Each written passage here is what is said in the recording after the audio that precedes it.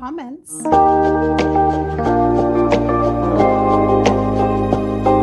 Welcome to The Crowned Medium with your host, Lorenda Carr.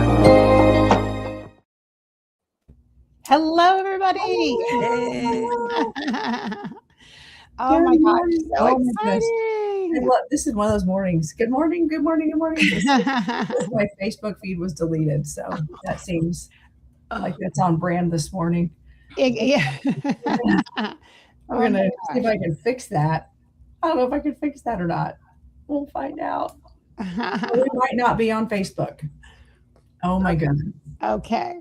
It's fine. Good morning. Good morning, everybody. Oh my gosh. How are you guys? Lorenda, you're in my side of the pond. I am. I'm on this side, on the other side, the West Coast. Yay. Oh yeah, the West Coast. I don't want to say the best coast because there may be people on the East Coast. Nothing personal. I do love it out here. I gotta say, I love it out here. Yeah, exciting. It's all right. It's good. It's fine. I would love. Fun fact: when I was 4 years old, I lived in. When I was in 3 and 4 years old, I lived in California. Did you know that? I didn't know that. No, I didn't know that. Good morning, Amy. Good morning. Good morning. Over here we're live in the TikTok world, also coming to you from Montecito. The home of Oprah Winfrey and many others. Wow. Harry and Meghan. Harry and Meghan are out here, and turns out Rob Lowe works out here at this place that. Yeah, just up the road. I was like, suddenly I felt the need to go to the gym. Probably. You're like, let's be real. Oh my God. That's the star spotting. That's so much fun, honestly. My gosh. Hopefully my internet holds up here. We're gonna put Dr. Mike on this. Oh yeah, that's right. Dr. Mike, tech support. But you can always count on your spirit guides to like weave all the webs together, literally, spiritually, and on the internet, on the interwebs. Do I do spirit led? Well, yes, I do, but not today, baby blue. All right. Good morning. Keep tapping down the screen, friends, over on the TikTok world. So today we have exciting news, don't we?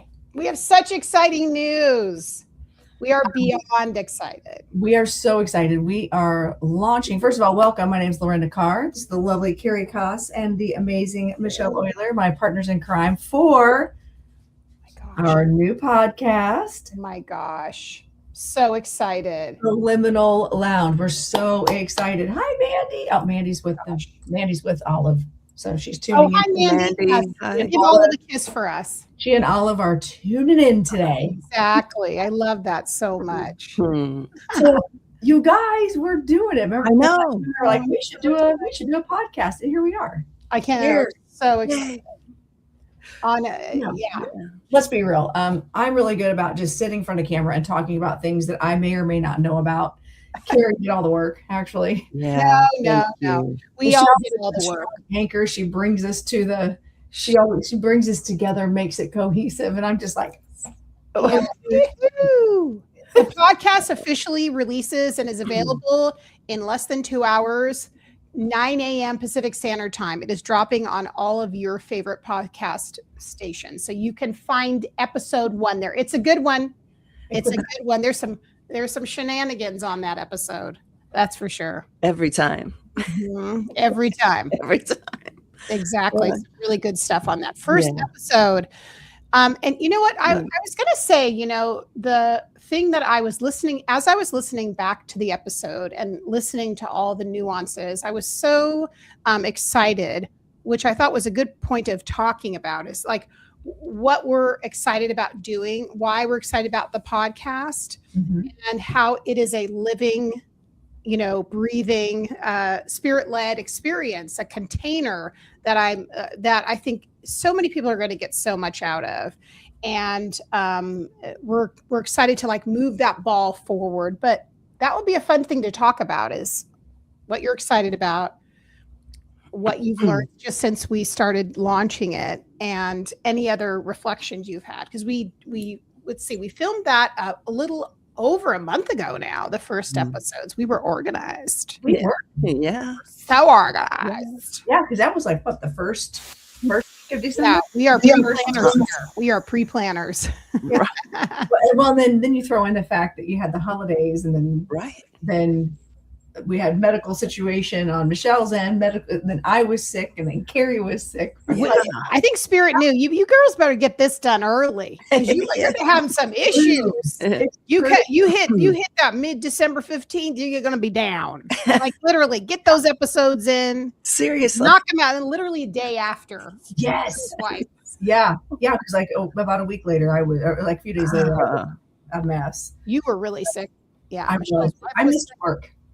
Oh, you never do. I don't miss work. So welcome in, everybody. So on TikTok, you can see the little thing here. We're not saying the words over on the TikTok. We point to the words and let people know where we are. Code language. All the code language. We got Carey Kaas. We got Michelle Oyler. We're dropping our podcast today. Hi, Tina. Hello. Welcome in, everybody. You are watching it live, Miss Molly. Miss Molly on the beach somewhere. I know. You looking stunning as ever. Miss Molly knows. I was just thinking about her. She would be really fun to have on the podcast because of her incredible thing about using her psychic abilities to find lost things. Yes. I mean, hello, remote viewing. I mean, really incredible. Yeah, absolutely. She's camping at the moment. Oh, okay. Yeah. Love it. Oh, yeah. No problem. We adore Miss Molly. And she's been on the Crowned Medium. Yeah. Before. So, so welcome in. Very good. Tapping over in the TikToks. It is so early right now. It's early. Yeah. I did 7 a.m. Pacific Standard Time. Her boat's broken. Molly's saying her boat's been broken. The mediumship is broken. And she said hopefully it's done tomorrow. So hello, welcome in, everybody. We are going to be talking today about launching our podcast, the Liminal Lounge, and we are so excited. So excited. We'll be live within the next couple of hours. It's loading, it's doing its thing. And I did you had sent the recording of it for us to listen to. I listened to it until I fell asleep. I know. The first probably 20 minutes of it, and hey, Jennifer, and I'm so excited for it because I know I'm so excited. And it's always fun just to talk to you guys anyway. So talking about all the spiritual things and kind of giving people an idea of what we're going to be talking about on the Liminal Lounge in the upcoming episodes, and it's a good intro to get to know the three of us and get to know why we came together, why we're doing this, what our goals are, what drives us, what makes us excited, all the things, all the good stuff, the yummy stuff. And Tammy, hello, Tammy Tam. She just had a birthday. Gosh. And hello, whimsical. Happy birthday. That's Heber. Oh, hello, Heber. Getting ready for work. I love it. Whew. I need caffeine. Yeah, go ahead. Lorenda, while you're drinking, I'll speak for you. Perfect. Lorenda is not in her time zone, her normal time zone, as we know. So for her, this is 7 a.m. Normally 10 a.m. for the Crown Medium on Thursday. So we are give her grace. And so exciting. Yep. Oh my goodness. Having a Red Bull this morning. Listen, we do what we got to do. That's what I'm saying when it comes to caffeine. I wish Spirit would help with hot flashes. No kidding. Spirit leads you to the hormone balance, or whoever your doctor is. That's what Spirit says. Spirit goes, go to someone who knows what they're doing. HRT, in other words. Oh my God. Okay, so what are you guys most excited about this? Michelle Oyler. You're gonna call me first. Okay. I'm still having my coffee, Michelle. I understand. That's important. You guys drink your caffeine. I've got this. I'll take it for a minute. there are so many things I'm excited about this. Where do I even begin? I think the number one most exciting aspect is I get to work with two of my good friends, people who I adore and respect. And we're building a community. We're building a community where people can come and it's almost like, we'll be in solidarity with one another. We'll support one another. We're going to uplift each other.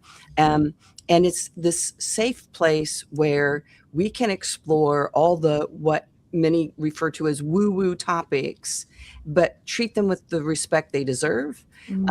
And I guess the message I hope that we make clear is that everyone is welcome. For the people who are having these what might seem like crazy experiences, paranormal experiences, it's okay. It's real. And you're not crazy, and you're definitely not alone. And build like this community where we can walk this journey together, walk this path together. I think that's probably what I'm most excited about. Oh, I'm so excited.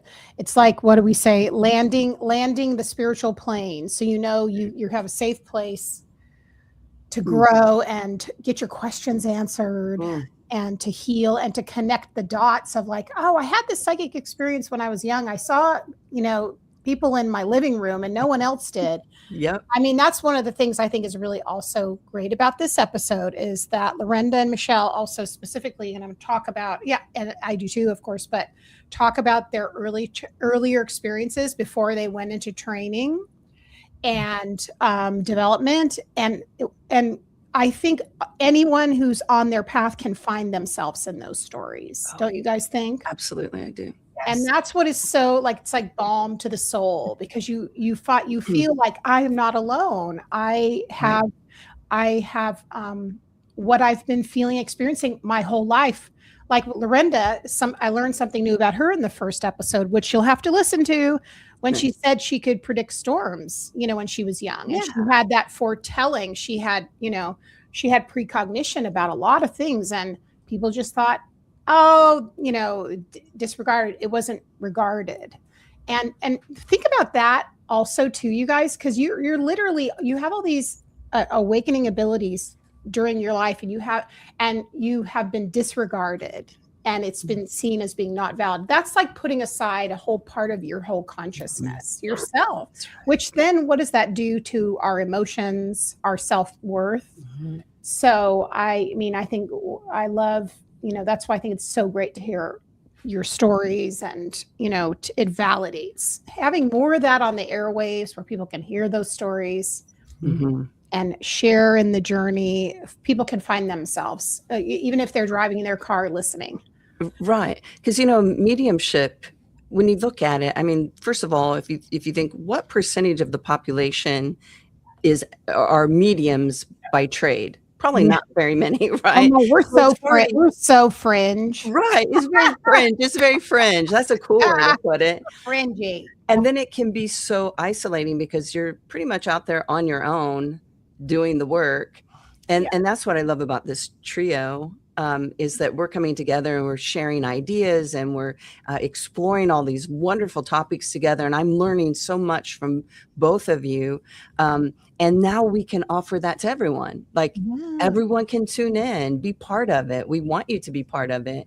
And we won't be alone now. Like we have a community, which is really fun. Yeah. Really fun. Really fun. Yeah. So all those stories I'm excited about. And even yesterday, I had another idea for a guest on the podcast because I was, oh my God, okay, let me not go down too much of a rabbit hole, but I'm today. Rabbit hole? What? We don't do that around here. Well, today I'm actually starting. Well, I'm kind of outing myself on this because I think it's interesting when you're a mentor yourself and you talk about your own training on a regular basis. And I think all three of us do that. Today, I'm starting a 12-week training program for, oh my God, it's so exciting. And the teacher is actually from Oregon, which is really for remote viewing. And she specifically works like to get, and I didn't know this because long story short, she has similar background to me. She started in the Bay Area. She went to the Berkeley Psychic Institute, all the things I did, but she's taken it a lot further with this. So she actually trains you if you ever wanted to do it professionally. Now, that's not my goal, but my guides have other things in mind. But then I started realizing, and you guys would know this, probably some of you, that there's Institute for like Noetic Science, like they do this research. And the other thing is she had us watching a 2-hour YouTube video about at Stanford Research Institute, essentially how they were sort of this covert operation at Stanford University where psychics were doing remote viewing. And we all know this because of the CIA. We've talked about this. So I was like, oh my God, there's so many things to talk about. I cannot believe you just brought that topic up. Are you really saying you can't believe? Well, no, I do believe it. Again, here's the synchronicity. Oh my gosh. I'm getting just last night in my development circle, we were talking about IONS, the Institute of Noetic Science. And we were talking about non-local consciousness and how it relates to like the Akasha and the Akashic. We were just having this conversation. And here you are talking about it again. Like it's in the ether. It is and I said that last night. We could go down that rabbit hole. I think it's a whole other best friends. There's a reason why many of us who are interested in psychic development need to be paying attention to more things and not just going, I'm going to do readings and it's like, let's see what's going on. Right on.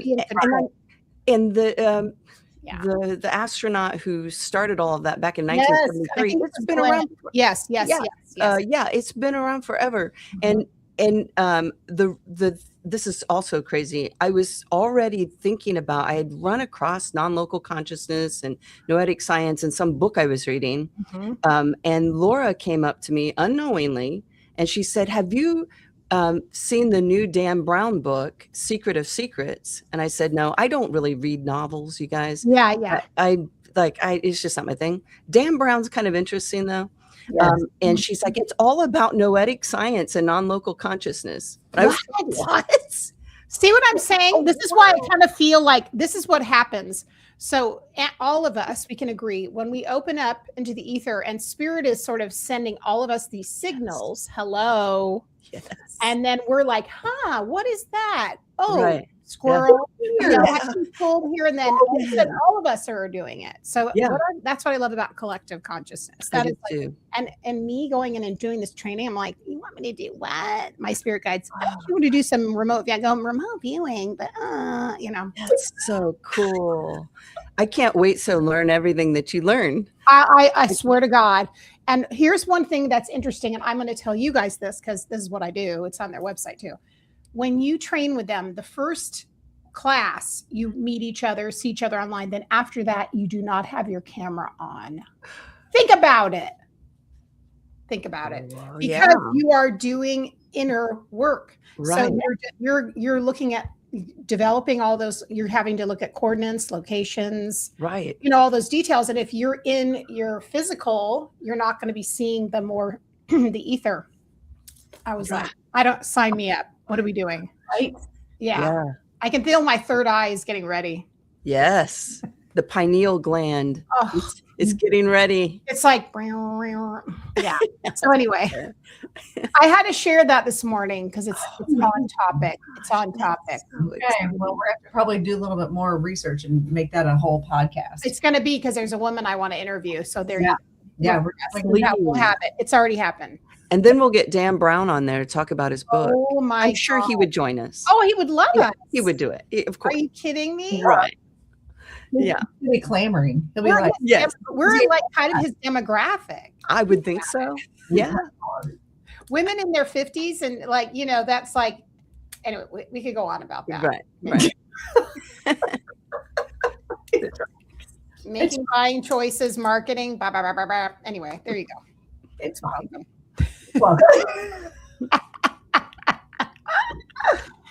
Good topics. Welcome in, everybody. If you're new here, my name is Lorenda Carr. We're here with Carey Kaas, Michelle Oyler. We are launching our podcast today. Within the next couple hours, it should be live on all your favorite platforms called the Liminal Lounge. And this podcast is, we're covering lots of different topics, kind of demystifying a lot of the woo.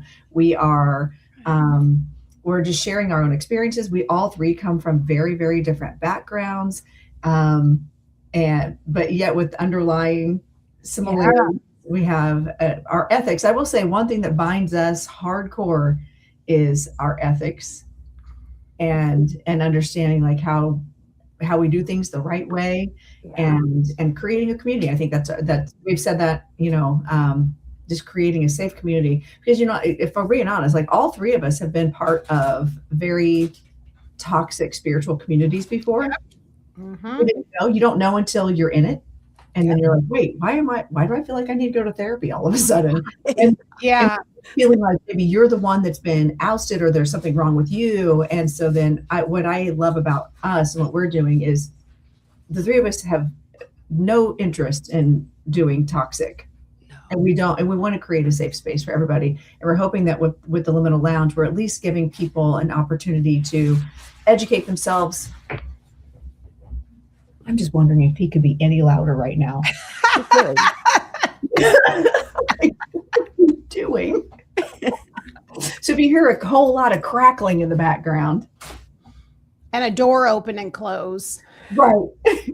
No, he's getting his snacks because he has to eat like every 5 minutes. Matt Carr. Matt Carr's never in the house when I'm doing my show. Yeah. He's so loud.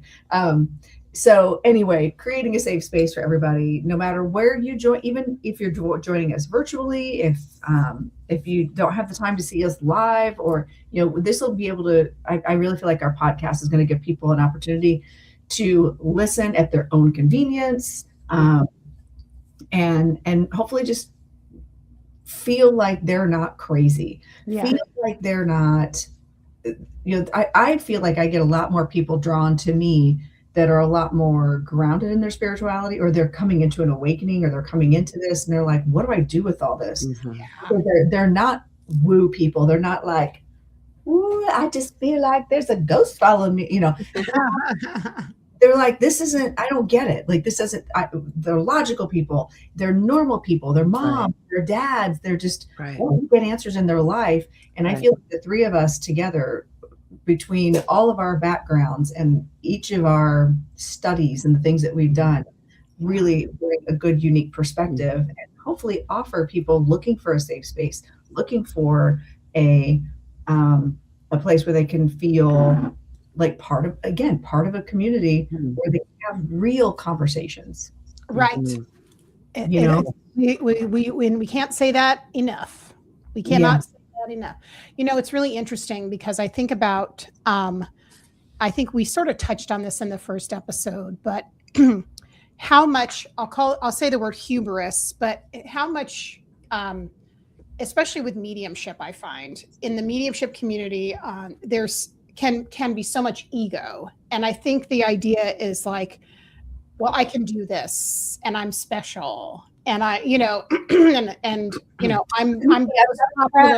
the most popular, and this is how I am. And there's only one of me. And, even though I have 1,000 people on my wait list, I'm not going to tell anybody else about anybody else that's a medium. Right. It's just so unbelievable to me, but that's, you do you. Right. I would just say one little sarcastic joke, because I have to, because I'm with Lorenda. I can't help myself. I think about when people say, I'm the number one medium. I'm the number one. It reminds me of the movie Elf, when he goes and he goes, congratulations, you're the best coffee in the world's best coffee. You are not, why are we saying we're special? We're not special. Everybody can do it. And, the idea going around proselytizing about, constantly about that. And there are a lot of people that do it, which surprises me, but still, there you are. Right. And I've said all along, I feel like the gift is not, can we do it? The gift is the ability to properly develop it and step into and be blessed with those mentors, be blessed with a community, to me, that's where the gift is. It's not the opportunity. Like I'm in a position where I have the time to go down the rabbit holes. I can take classes, and that wasn't always the case. Yeah. But I'm in a position, and that to me is the gift. And, and also, let's be real, not everybody's meant, like, we can all connect.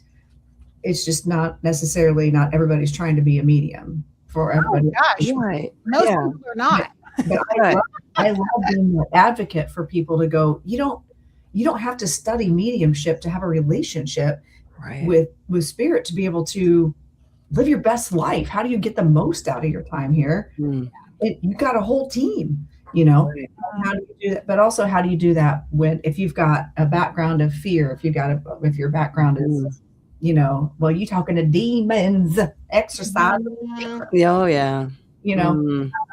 If you're coming from that place, I know the three of us are very well grounded in being able to hold space for people like that and help them deconstruct that, but also help them develop their, you know, it's that holding those Absolutely. two. Absolutely. Yes. Yeah, Yes. it's true. Very true. So I was going to say just a quick housekeeping. The podcast is going to be uploaded for you guys to go, and please, it would help us so much if you could check it out. It'll be on all the major places where you can listen to your podcast. It releases in an hour and a half. If you could be so kind and listen to it and make a comment, and let the powers that be know this is a good podcast. I mean, we are here to get it out, to get it strong, just so we can help as many people as possible. That helps us tremendously. And I think our upload schedule we talked about, I think, is twice a month, which is wonderful.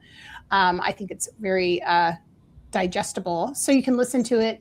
And also you can watch it because it'll be on YouTube, and it'll be on Lorenda's channel and also my channel. And eventually Michelle's. we're getting Michelle. We're going to work her into all this. We're getting her. I know. I'm your project. Thank you so much. Yeah. YouTube is meant for people. YouTube is for everybody. That's the good thing about it. I mean, Sunday night, you even had to teach me how to turn on the comments. I mean, that's how far we're going to have to go. I've got some education for you. Believe me. Awesome. I was there. I've been there. Thank you. I've been there. Absolutely. But yeah, it'll be exciting. But it's a fun, it's all in fun. It's a fun journey. It's not like we're doing it for life-saving purposes. It's fun. You know, it can be frustrating at times, especially I feel like, you know, the three of us, here we are. We're not young spring chickens.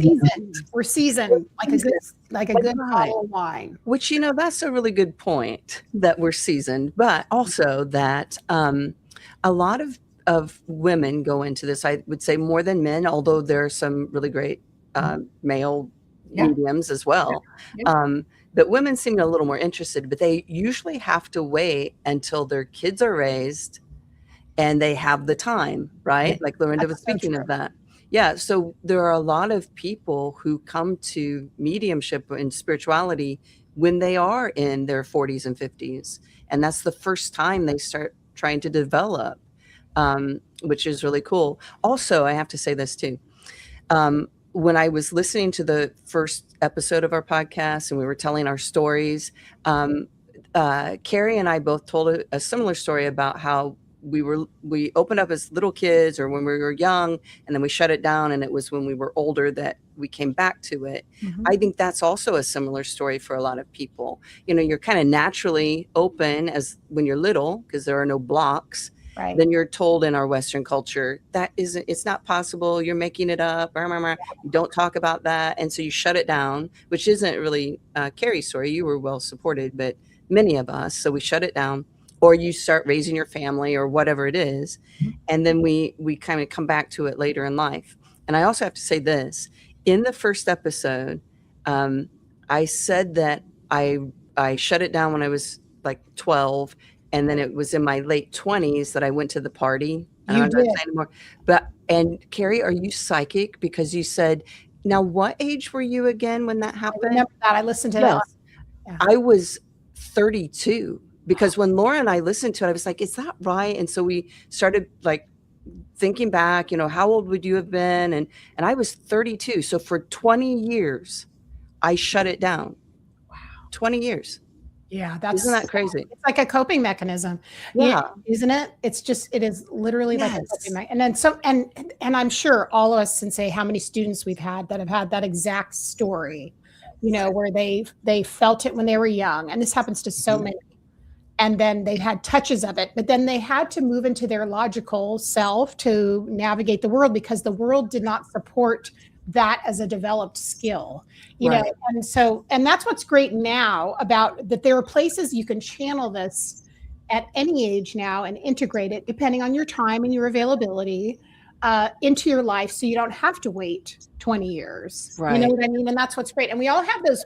All of us have moms or people that have really busy jobs. They only have this much time to develop, but they know there's a place of light. I can go on Saturdays or Thursdays, and I can open that up, and I can then bring it with me throughout my week. Right. You know. So I think that's so important and so healthy, because then you're not, again, that self-esteem thing and the self-concept of, no, this is a huge part of me. I usually develop it on the weekends or when I'm here, but it's part of who I am. And also giving yourself grace and understanding that you don't have to be on all the time. I'll have people that'll say things like, well, gosh, I feel so bad. I'm so sorry. I'm so sorry. I'm so sorry. I didn't get to do this, this, and this. And I should be doing more. And I'm like, listen, do you think the second I'm sitting on the plane flying somewhere that I'm tuned in? I'm like, closed sign. Yeah. Closed sign. I'm going to go be a human and enjoy my life right now. Yeah. Spirit wants to show me. If Spirit wants to come in and like be part of that, be part of the experience. Yes. Oh my gosh. I'm not trying to develop when I'm in Montecito. Girl. When I'm out there, oh my God. Unless Dr. Mike wants to be like, pay attention, there's a star standing next to you. Feel free, buddy. Feel free. High five. Let's go. If you don't do a side, here's the commitment to your friends. If you see a sign, you're gonna whip that phone out and do a little one of those. We want to live vicariously here. I'm so clueless though, walking around that I had a full conversation with someone who starred in a movie last week. Right. So what do you do? How's it going? Like I'm a person at the lounge. Oh my gosh! Yesterday I had a 2-hour layover, so I'm in the lounge and somebody starts talking to me, and then I pull in someone else. Ended up talking the whole time. Of course, you know. There we go. Yeah. And meeting people. For all I know, that person was famous. I don't know. Yeah, that's what I love about Leos. Yeah, you guys are so gregarious. Mm-hmm. Kind of are. We kind of are. The party starts when the Leo goes into the room. Yes. But then also we just feel like we're probably the most famous person in the room as it is. So yeah, right. We need to know what you're up to. Right. Shining the light. Mm-hmm. That's it. I love it. These those phone sunglasses. Nobody will know you. Ooh. Oh yeah. This is the meta. Take a picture. Exactly. Yeah. My situation. Yeah, I won't even know. But yeah, they were talking about I'll have to keep you posted, because one of the people that we're here with was talking about how they saw Rob Lowe at the gym, not once but twice. Wow. And then when they were at lunch, they were like, and then some guy sitting next to us, you know, was being so annoying because he picked up a FaceTime and was being really loud about it. But then we were like, God, who the hell is he talking to? That guy sounds kind of familiar. The person they're sitting next to is like FaceTiming with Adam Levine. Oh my God. Yeah. Also like a hall pass boyfriend. Yeah, right. And I'm like, I got to get out today. Yeah. That's the incredible thing about living there. And Tammy will know this. She lives down there. Yeah. Just star-studded everywhere. You got to live. They have to live somewhere. They have to live somewhere. Yeah. You know? And so, yeah, that's my goal, to go star stalking today. Yeah. But at the same time, I get so caught up. That's when I have more fun. Circling back to using your spirit team. That's one thing I love about just doing this and having developed is I'll say, listen, you need to show me oranges. If I need to be on alert, if someone's in the room that I need to pay attention to, you got to give me a heads up. Exactly. Mm-hmm. So that's what the signs and symbols and synchronicities. But I don't necessarily need to I don't need to be getting messages from love. I don't need to get all that. No. I'm being the human. Right. I'm going to circle way back. Quit talking about myself. Going back to there are people that will come to us and they will feel bad that they had these things, and they'll think that somehow they were punished because they couldn't develop in their 20s or 30s, and they're circling back and they're starting in their 40s or 50s. And or did it occur to you that maybe you signed up for different cycles and phases in your life, and you had that for 20 years, you had to live life. You had to learn, you had to be in the trenches, because now that trench work, what you did in the trenches, now translates to a whole Rolodex, a whole Dewey Decimal System of information that you can relate to and help. Now that you are in a wise woman position, position, you can take all of that you went through and that you experienced in a very human level, and you can be relatable. 100%. Because you walk around and be like, oh, but I've seen dead people my whole life, and I've just been gifted my whole life. You're not relatable. Yeah. And also, you haven't, in that case, you're absolutely right. And you haven't gone through the struggles, the challenges, integrating it. I mean, I just think having a space of building empathy for people, like you said, or understanding, it all just makes, it's just like all those details that are needed just for people to feel comfortable again. Right. Right. And that's very true. And then if you step into, when you're in your 40s and 50s, whatever, in your later years, like I teach a class a couple times a year when I get my act together called Learning the Language of Your Guides. And that's something we talk about a lot, is your experiences over time. My experiences raising my kids, my experiences being married, my experiences with my family, with the dynamics of my growing up. And all that becomes symbols, becomes signs, becomes, just information. So spirit can use that. Yeah. Show me my own life. And then I'm like, that's such a good point. Having gone through a situation with your family, then all of a sudden I'm talking about my stuff without really talking about my stuff, but it is relatable to that person.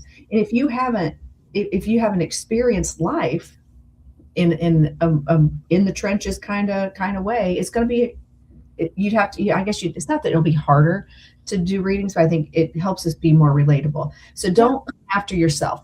My whole point is don't put yourself down because you don't knock yourself for having tuned out or not been accessible for 20 years. You were living life. Right. And we're here on the earth for a reason. On the earth. And your path was not to be a medium until you're in your 40s or 50s. I think I told you guys that, I think I talk about it in the first episode, but so after I did my clairvoyant training program in my 20s, and then I started seeing, again, we talked about it, the group that I was with and some very toxic sort of leadership at the top of the organization. And then I separated, and I was thinking I would go like into doing something spiritual again. Like I was like, okay, I'm going to go into this direction or that. And I was meditating with my spirit guides, and they showed me and told me that I should be a hairdresser. I told you the story, and I just thought that was the stupidest thing I'd ever heard. I was like, what the hell are you talking about? How is that going to work? And I didn't listen to them for an entire year.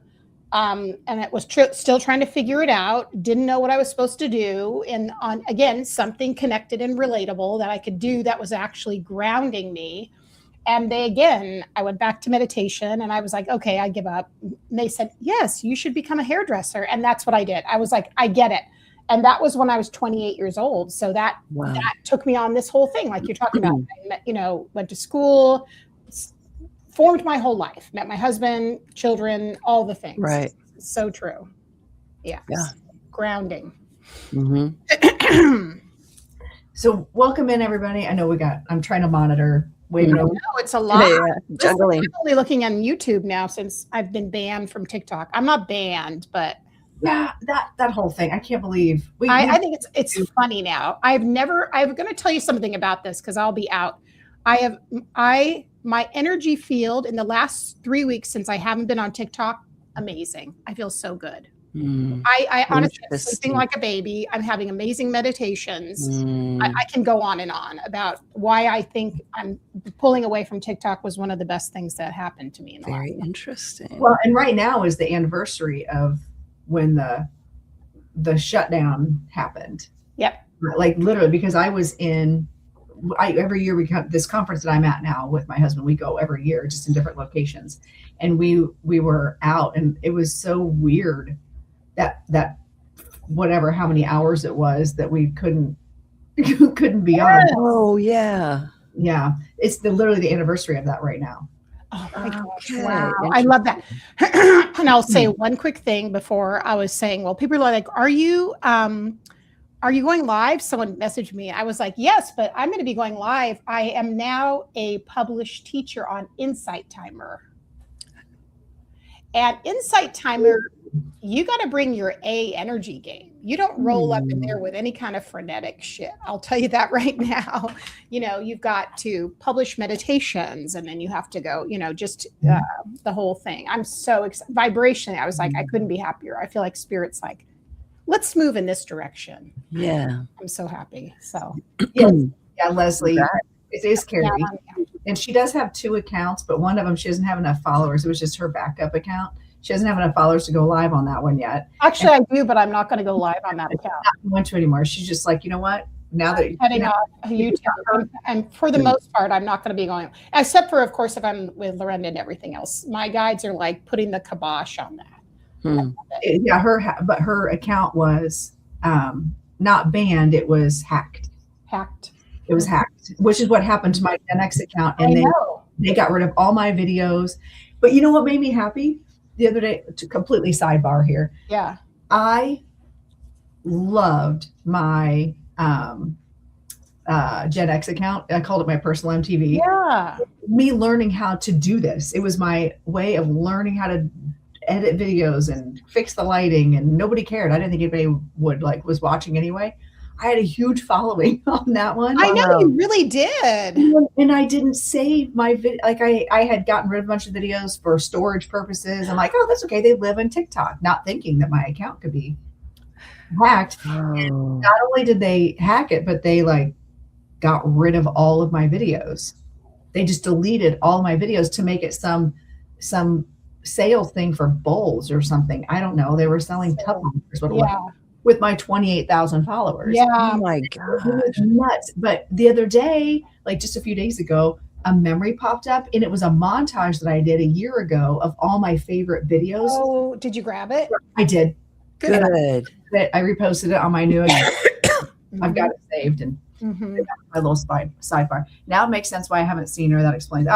Yeah. So you can find me. You can definitely follow me also on the Tube of You. I still post on, I have another account called Elder Key Tarot, and I only put on very specific content on there. And live streaming, I go live every Friday on YouTube, and then you can see me in a couple weeks on Insight Timer. But I have meditations on there. It's very suited for me. So I can do healing work on there. It's that place is very high vibration. I'm blown away by it. I feel like in your old account, you were really trying to make a shift to how do we understand the algorithms? How do we understand? Yeah, I was trying to. So I felt like you were like, for the first 10 minutes, we have to do all these things. And it felt very. And my guides are like, get your ass off of that shit. Yeah, let's go. But it was so quick. And I was like, okay, we're going in this direction. Then all of a sudden, all these other ways that this is good for everybody to know. It's not just for me. All of a sudden, I went over to Threads. And I'm just communicating directly with people. I have all of a sudden, in 3 days, I had 1,400 more followers. People started, I just had someone reading from me on Threads because I can directly, because it's mini little blog post bites. And I'm also connecting with people locally in Portland. So I literally had a woman book a reading. I've had people join my membership. So I'm like, okay, I'm glad you made it very clear to me what direction I'm supposed to go in. And then my friend said, you need to be on Insight Timer. Why aren't you on there? I was like, okay. I'm just going where Spirit's telling me. So it's working out. Sometimes you need to get hit with a ton of bricks to move in another direction. So trust, faith, and spirit. Go in that, go be a hairdresser. Yeah. Yeah. It's funny how like spirit will align us where we need to be. Yeah. Put us on those paths. And that's why I think where the three of us talking in our podcast, talking about our journeys and how crazy and how we ended up right here, how we're here right now. And so now I'm kind of excited to see where this goes. Right. Right. Yeah.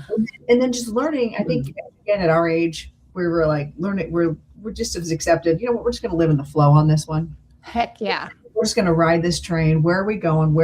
Actually, let's be honest. This is how my life is when Matt's like, hey, we're going to be going here. I'm like, cool, I'll show up. What are we doing? Yeah, exactly. Yeah. You are a shifteroonie. Plus, you know, I'm just in the flow, AKA I'm not planning anything. We're not trying to control this narrative. Yeah, you're just like, let me shift where spirit's taking me. Exactly. And I feel like that what we are creating through this podcast is teaching people how to do that. It's going to teach people how that where the that it works out. Yeah, faith. Like we are good living examples of it does work out. Yeah. It's okay. Again, it's okay that we had our times back here in our teens, 20s, 30s, 40s, and who we are and how we got to where we are. You know, I don't know. I agree. I think that idea of, you know, especially it's that line of like, because we still get caught in our minds, like you said, and either feeling guilty or trying to keep up, or I'm not doing enough of this. I should have been developing this whole time, whatever it might be. But realizing, again, you were being developed and led for a reason. And so every step you take is going to be, you know, work itself into being something where spirit's trying to share with you, give to you, teach you, support you. So trusting the process, which is not easy to do. Right. It's not easy. Yep. Right. Yep. Absolutely. We can't hear that at all. But You can't hear it. Okay, that's good. I'm used to having my microphone that drowns out any background noise. Mm-hmm. Yeah. Yeah. I can't hear it. Can you hear it? I'm not hearing it. Okay, good. Yes. Yeah, it's all good. Exactly. So does anyone who's here watching us have any questions or anything they would like to know about in relationship to what we're talking about, or maybe want to share an experience they've had, things like that? We would love to do that. So I was going to say one of the other things I'm just doing all the tech stuff, so we don't have to worry about Olive barking today. Exactly. Yeah, there's Olive. You're missing that piece of it. Right? And Matt just left, so he's going to Matt's the barking dog in the background. Exactly. So yeah, so so I was going to say the second podcast that comes out, technically, also that's when we're going to start talking about some, I think, really fun points on like foundations of starting I'll call it development. What would you guys call it? You know, so foundations that'll be, I think, exciting about how what works for each of us with grounding, protection, talking to spirit. I love hearing everyone's perspective, especially because, like you said, each of us have this different background and different experiences, different things that work for us. I think there's that idea, right, guys, of people say, well, I don't see like that, or that doesn't work. Right. I can't have a hard time meditating. All those different shades of things that people struggle with. We're definitely going to be addressing those in especially the first few episodes, which I think will be super helpful for people. And again, finding yourself in hopefully our stories and what we're sharing, which I think will be helpful too. Agreed. Yeah, absolutely. Yep. Exactly.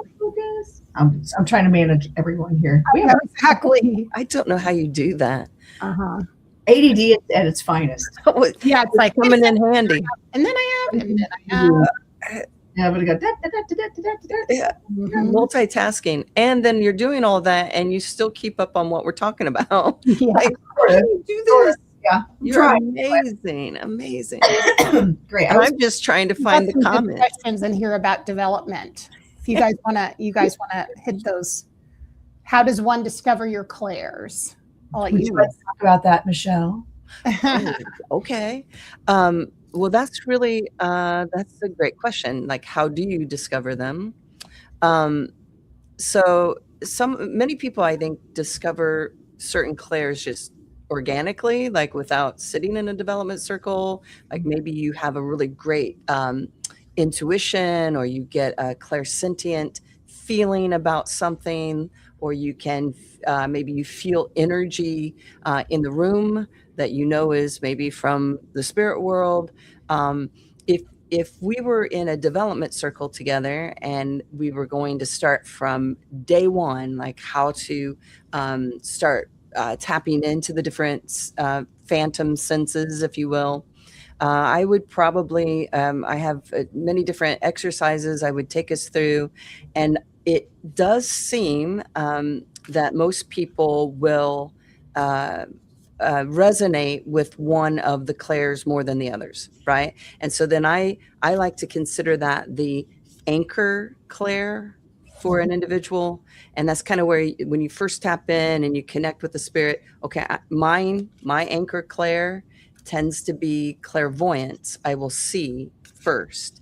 And so I like to anchor in, get them there, hold them there, and then that allows the other clairs to start activating.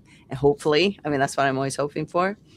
So let's see, I'm not sure I really answered the question. How do you figure that out, right? How do you figure it out? You figure it out by doing the practice, I guess, right? Yeah. Going, Yeah. starting, just jump in, start practicing. You know, this is interesting too. Many years ago when I was first starting to develop, I could see, but I wanted to also work on my, I guess, claircognizance and clairsentience, right? So just the just knowing, or the feeling, having a feeling about something.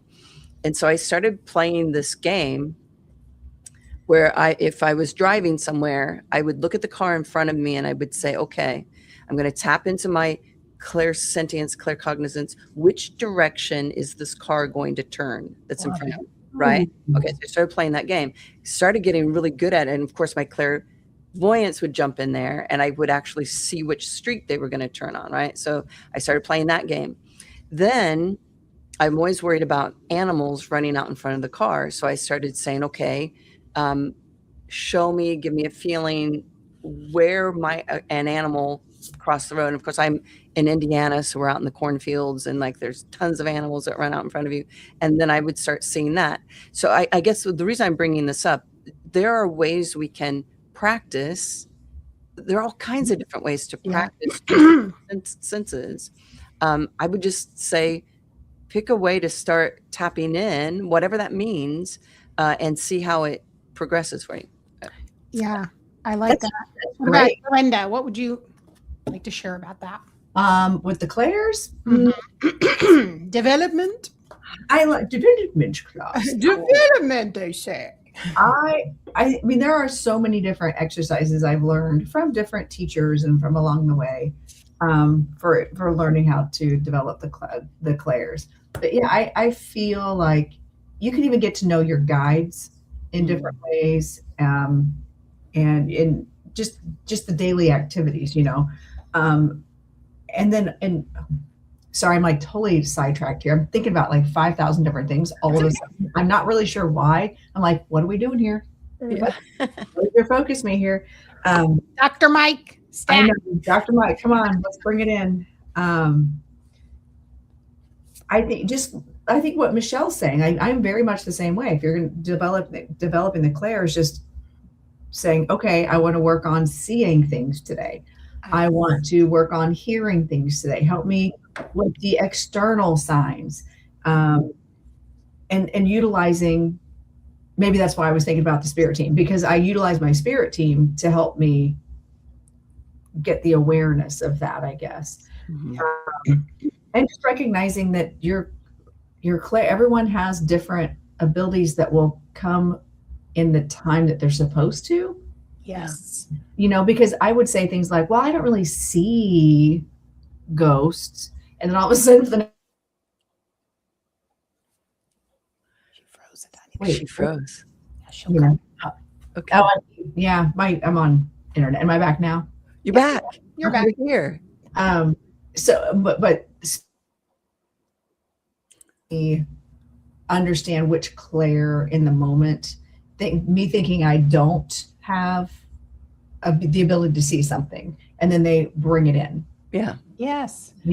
That's well, utilizing our clairs, I have found if we try to force it, it doesn't work because it's the thinking brain getting in the way and all of that. Really just trying to be an open channel and allow it to come through, like be patient and wait until it just naturally flows through us.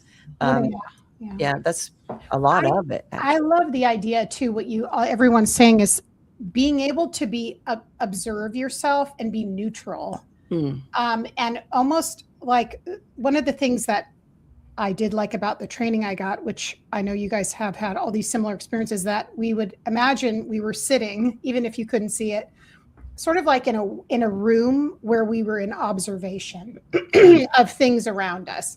And I think maybe having some type of a place where you observe yourself and that you can learn your reactions and what you notice. Like you're in sort of like, a theater, and you're like, I'm noticing this feeling, or I just felt a chill, or I just got something that came in. And I've been doing lately, which I think is nice, bite-sized lessons and under 10 minutes with people. It seems to be working, where I'll focus on one Claire at a time for a certain amount of days and just notice, where am I with this? What did I observe? Right. And then moving to the next one. And then also maybe keeping a little journal and observing yourself. Now, you don't have to do that, of course, but it's something I think is measurable. It's small, and you can just see, what do you notice about yourself? Because I think most of us, when we're like Lorenda has been saying, like, we're so busy with our lives, we've got so much going on, and we land and we say, am I psychic? I got a thing. And we literally have to like become an environment that's ripe for and fertile for observation. And that takes a little bit of time, because then your nervous system is involved, things like that. So being in observation, making small little, goals, I think is really helpful. I love that. We're busy people. We have a lot of distractions. Right. I think, just stepping into the fact that you're just consciously going, how about today while I'm living life? Yeah.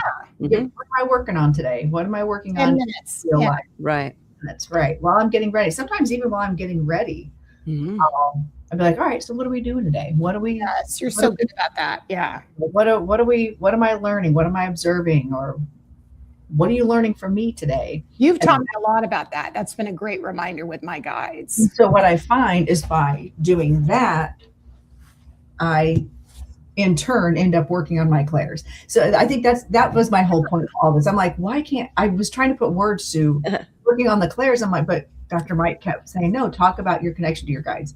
So I think that's what ultimately opened up my other clairs. Was starting with the guides first, and then understanding how they show me things, because they know that that's how I learn. That's it. Everyone learns differently. Yes. So your experience may be completely different than mine. Exactly. Yeah. I had to start with the guides before I started into the clairs. I love that. Yeah. I love that. It's, well, you know how we all feel about our spirit guides. Right. That's right. We are fans. And Lorenda and I both our first development experiences were through Camp Chesterfield. And that's pretty much how they do. You meet your guides and then you work with your guide. Yeah. And that's great.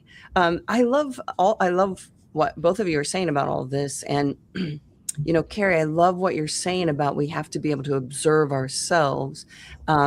So this is where I think meditation is so helpful, to be able to really quiet our own nervous system, quiet the mind, so that we can know what our own energy feels like, right?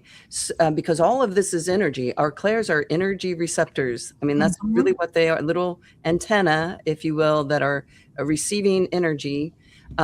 And we need to be able to discern what is my energy versus that of the spirit coming in. So it really is about observing.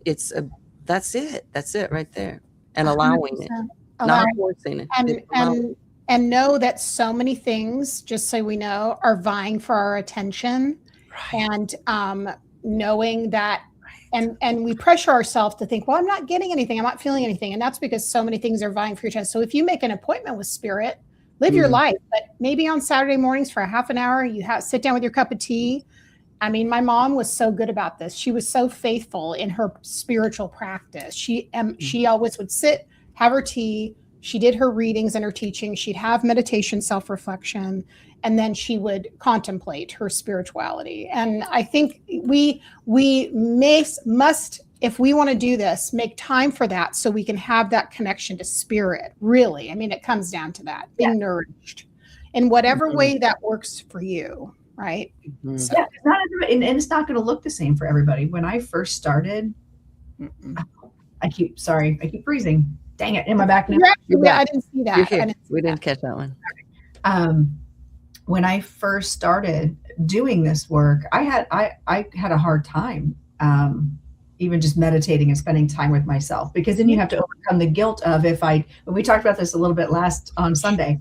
There's the whole Gen X guilt. Like, if I'm sitting and spending time on myself and quieting my mind, then I'm neglecting responsibilities to everyone else in society. You're so lazy. You're so lazy. Right. Not being productive enough. So learning how, and also there's the whole ADD factor of that, learning how to quiet your mind. I can't do that.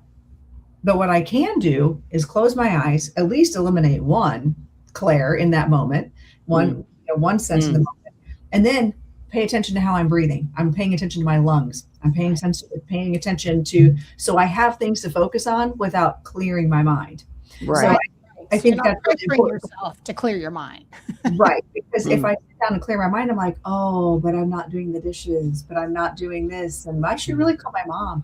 And then I go 100 different directions, and then there's never any relaxing. And when I finally do get to a place of relaxing, I fall asleep. So, because I go nonstop. So I think it's really important for us to talk about that. Everybody does develop those things differently. And it's okay if you're not good at meditating. It's okay if you're not good. You can actually be, spirit. Oh, okay. This is what they were trying to get me to say earlier. When I'm in the car, I'm driving and I'm kind of in that zone. I will get messages while I'm driving. Yep. Because I'm focused over here, and it is kind of like a form of meditation. It is. Yeah. And I've learned to trust that Spirit's going to let me know when I need to break, when I need to be aware of something. Yeah. But learning, I don't know. It's so hard. A lot of people, you've talked about that with dance, like movement, like a lot of people do it when they're walking or they're doing yoga or their bodies are in motion.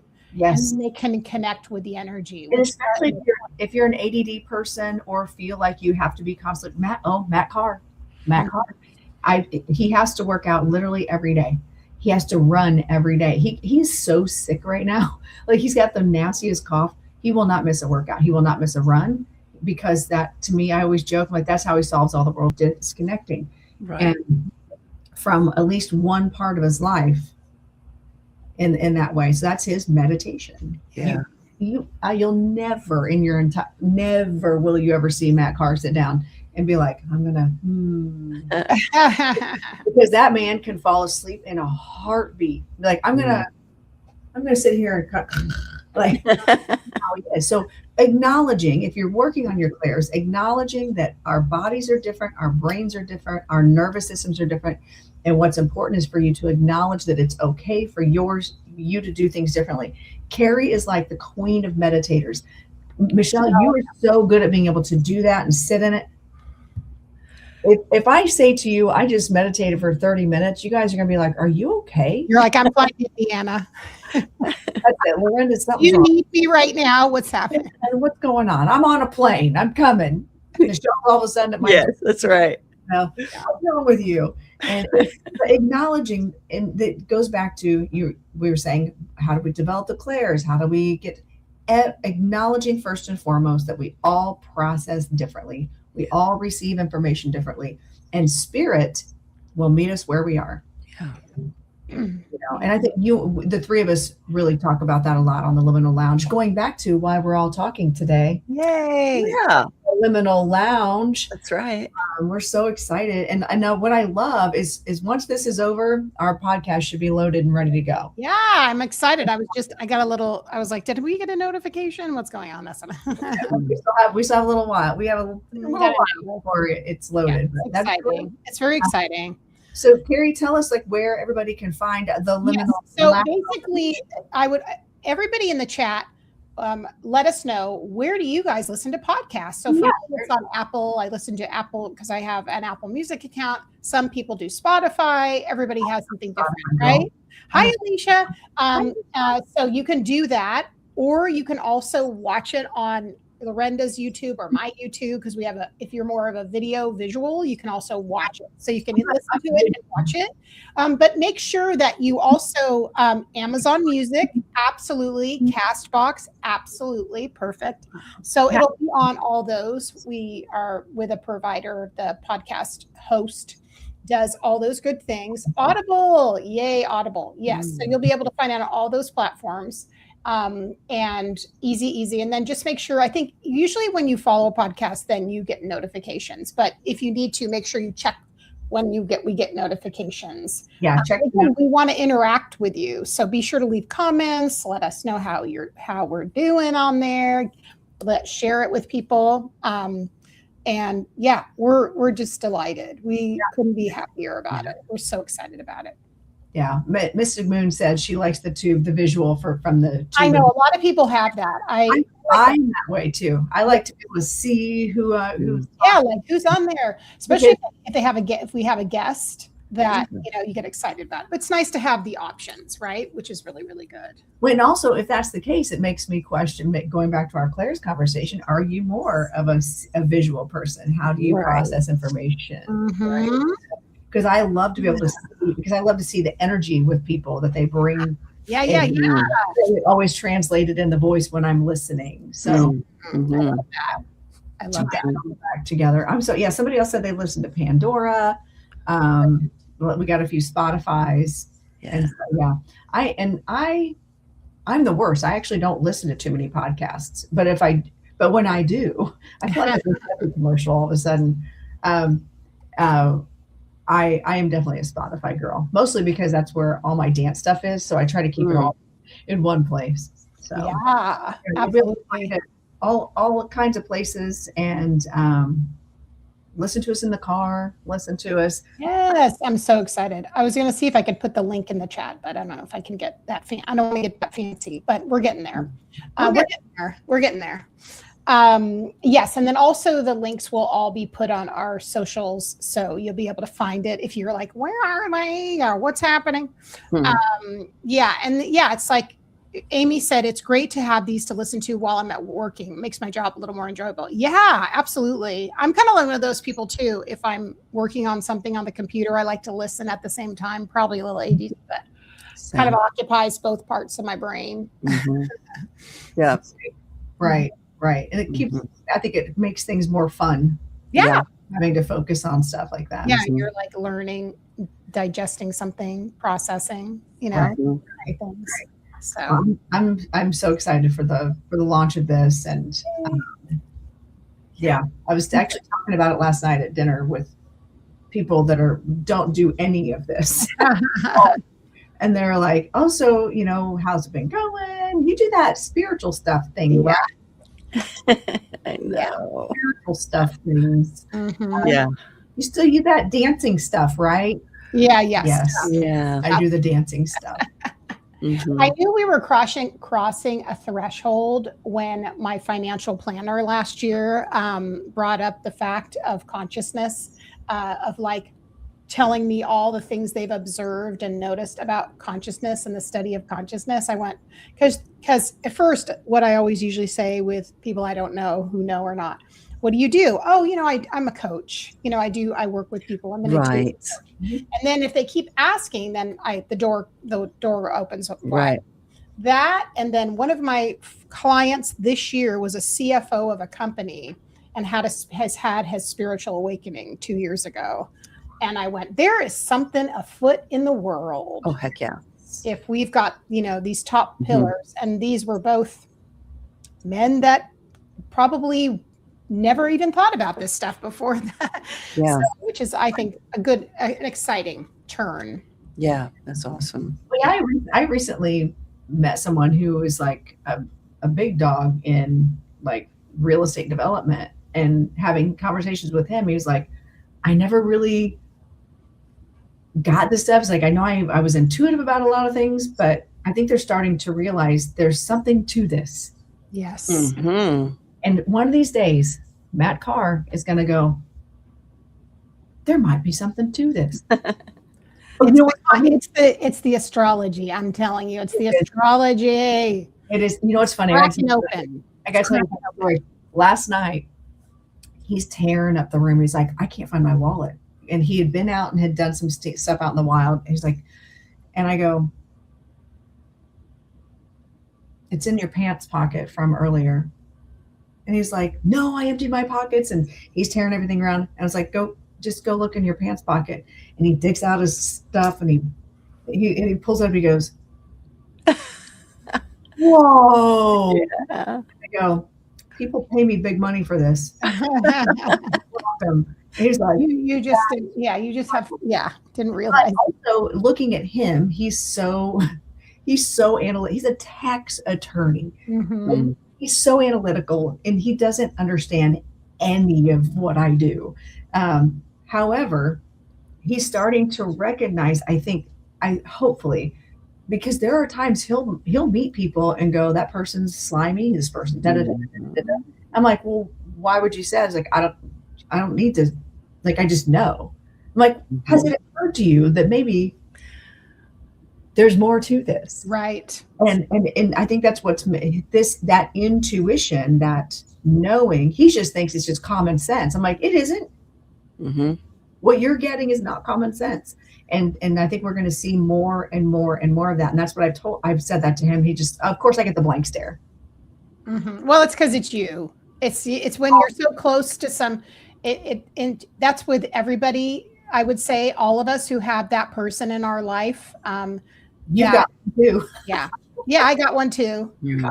I got one too. And the way he cracked open was all the evidence from mediumship, I think. And he was always, emotionally, he's always very supportive. He knows who he married. Right. But at the same time, he would just sort of say, put a little box around it because I don't want people judging you. I was like, I don't give a shit if people judge me. No. Have you met me? Have you met me? Right. But ever. But then he's just protective. He didn't want anybody thinking I was something I was not. But then, especially now, he talks about it with so much pride with people because it's a semblance of something he can understand. He knows I'm safe, that no one's going to attack me. So, I mean, there are people attacking all of us because we're right. But at the same time, it's there's a place in the world that we are needed. Mm-hmm. And there's more people that need it as well. And so the evidence of mediumship, of seeing lives touched, evidence coming through that just as you can never, the non-Googleable evidence. Right. I think that's where we have to meet. That's where they are. These people that are more logical, that are very much in that part of their brain, how they get it is they're met with spirit where it makes sense to them. Mm-hmm. We're we're the liminal folk. We're already there. Right. Trying to come into the analytical world. Well, and also the world needs people like absolutely because they make the wheels on the bus go round. Yeah. It's okay if he doesn't engage in the woo. It's okay if he doesn't go take development classes. His spirit's meeting him where he is and what his job is here. And I think that goes back to what at the very beginning of the conversation, spirit will meet us where we are, but also we may not match. So he's a good example. Mr. Carr is a good example of it works for him in his job. He understands it, makes him very intuitive. There are, and my other real estate development friend that I was telling you about, it's made that instinct, what they call instinct or grit or whatever, makes them successful, and they'll never step into the space of a development class. Probably, can you imagine if my husband took it? Actually, I can tell you where I could see Matt Carr going. I'm just going to tell you. You tell me. If he goes over to the noetic with all those scientists.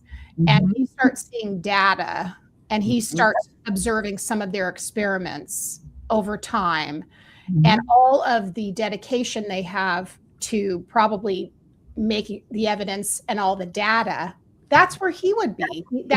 And so, like, for my husband's, he's an engineer, he's MBA guy. He's got all that. And his thing makes sense in being logic based, but he's also evidence based. And so what he got is, he's like, holy crap, you said his name was John? How did you fucking know that? Right. Or like it was just a minute. I could see him going, "Wah," but then that was what made sense to him.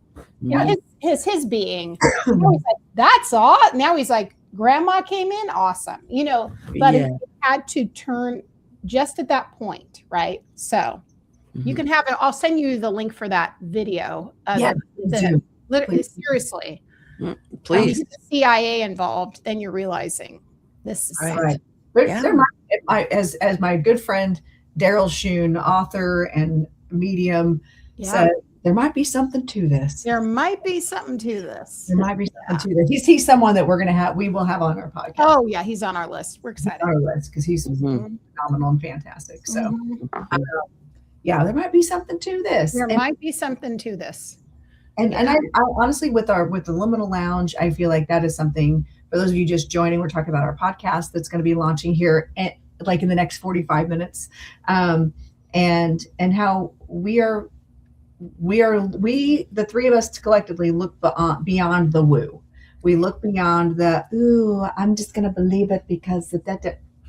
I got no time for that. I want facts. I want to know the science of it. And I think honestly, that tracks for me personally, for my personality, because even in dance, if I look at my how I do things in dance, I want the counts. I want to know, but so when I choreograph for choir, I don't even care. Don't make me the track.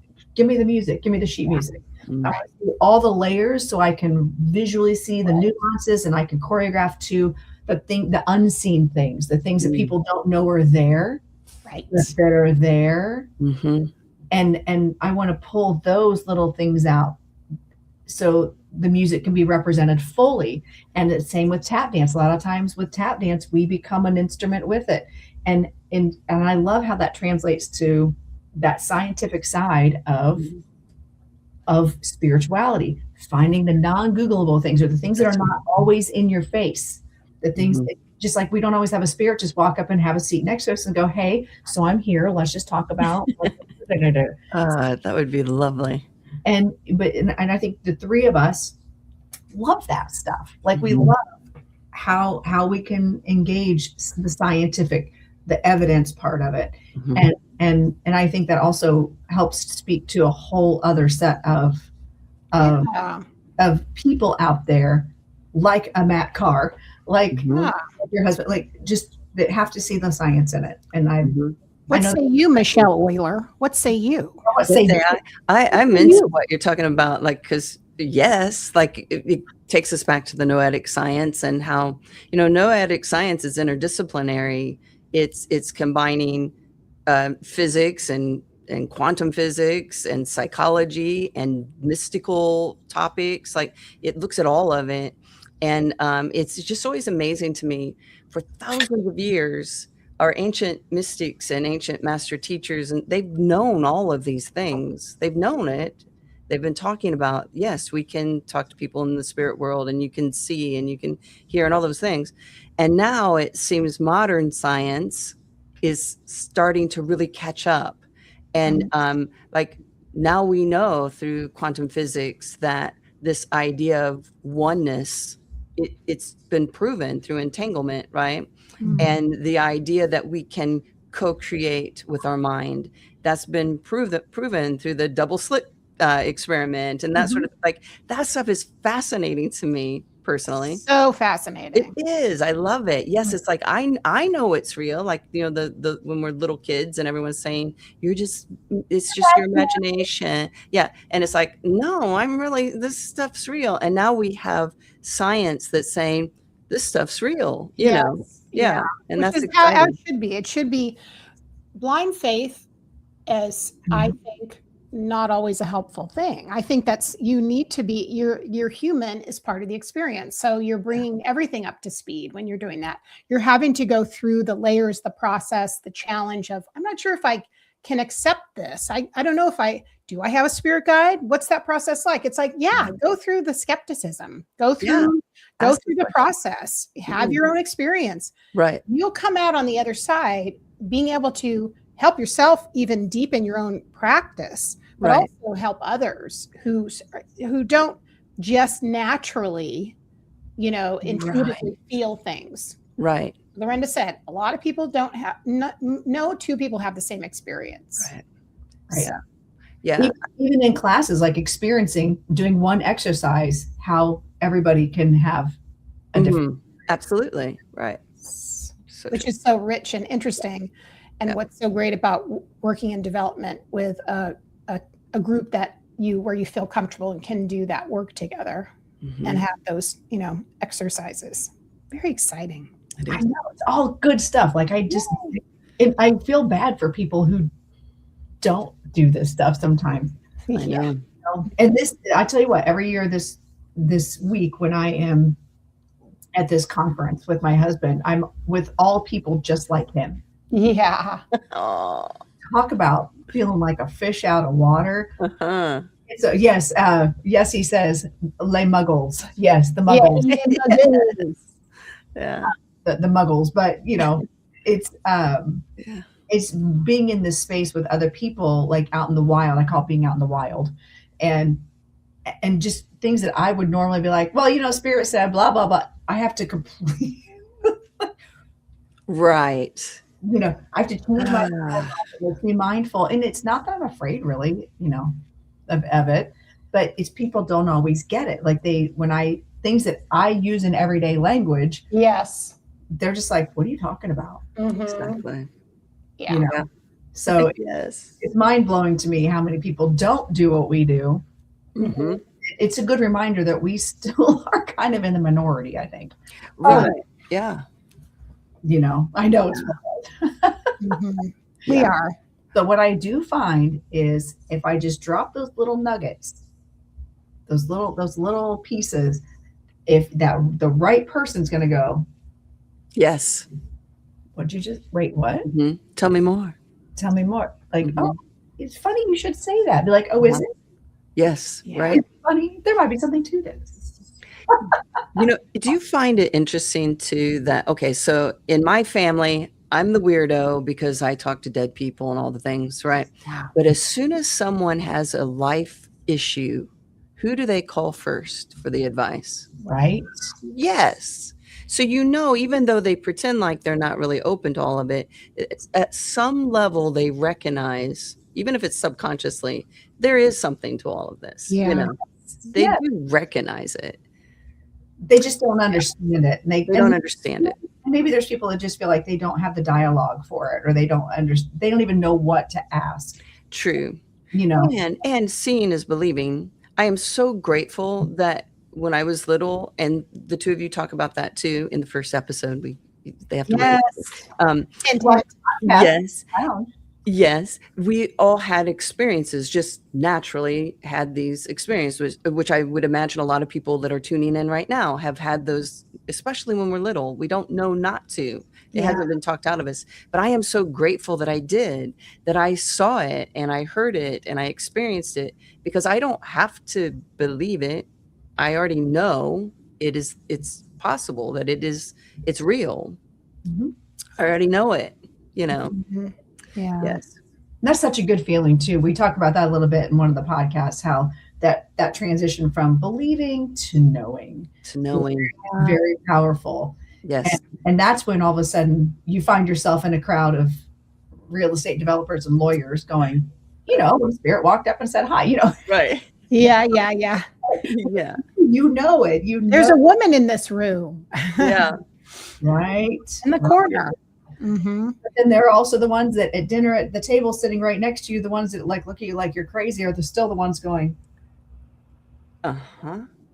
so you're saying that like you could talk to my grandmother?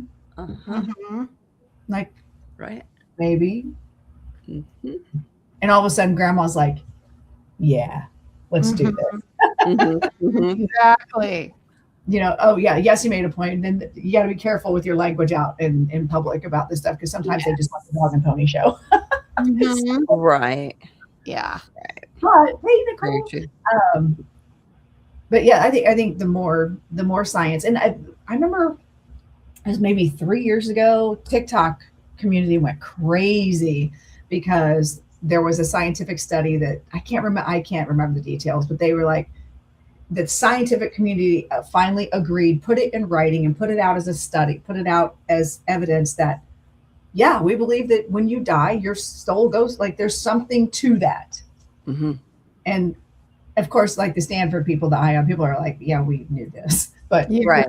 cool. But they're meeting us where we are as a society, you know. Yes. I truly believe that with everything going on in, you know, Eastern culture, I believe Eastern culture has had a pretty good clue on this for a long time, right? It's the Western culture here in America where we've not been so.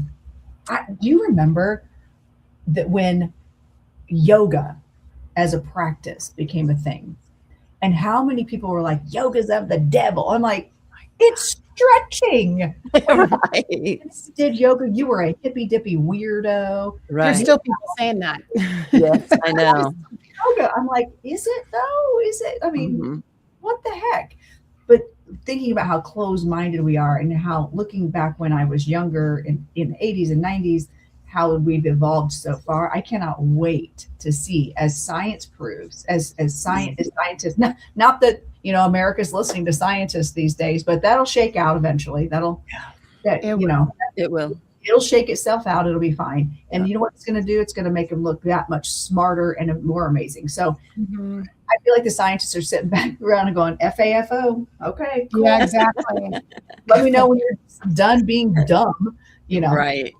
So, so anyway, I think we're going to see a big shift. Yes, Michelle does calm our chaotic.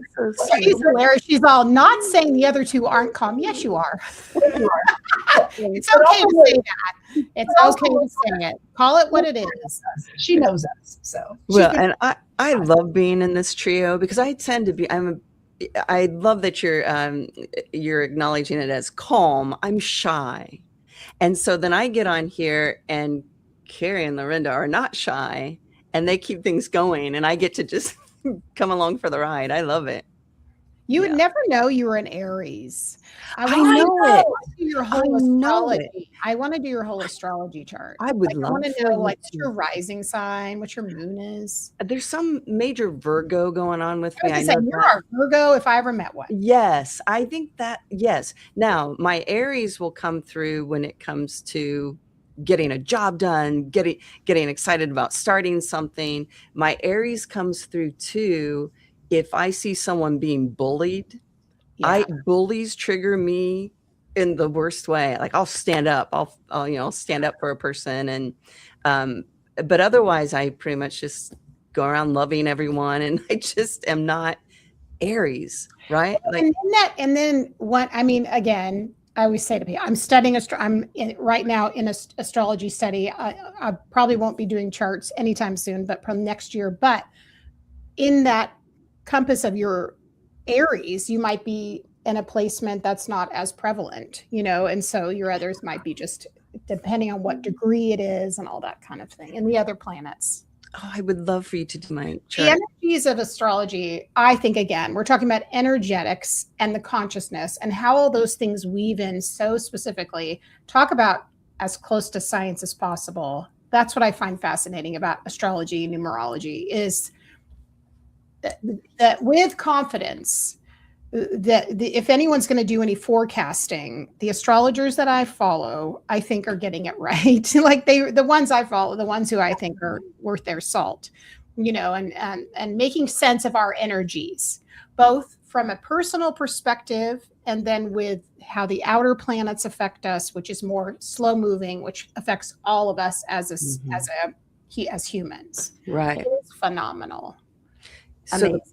So then the fact that we're moving into, or maybe already are in it, this age of Aquarius, that's very hopeful, right? Yes, and also other planets that are connected too. Okay. And again, I cannot speak on it with any type of like massive confidence because that's not my niche yet. But I do the astrologers I know that I really listen to, who I think are very well paved in it, are the way they explain things is just extraordinary. Yeah. And there's all these layers to it, and how planetary combinations affect us, and when they don't happen that often, and they can track it through history, and that is fascinating. There's Right. that My list of astrologers we're going to have on the podcast, I have a couple in mind. Yay.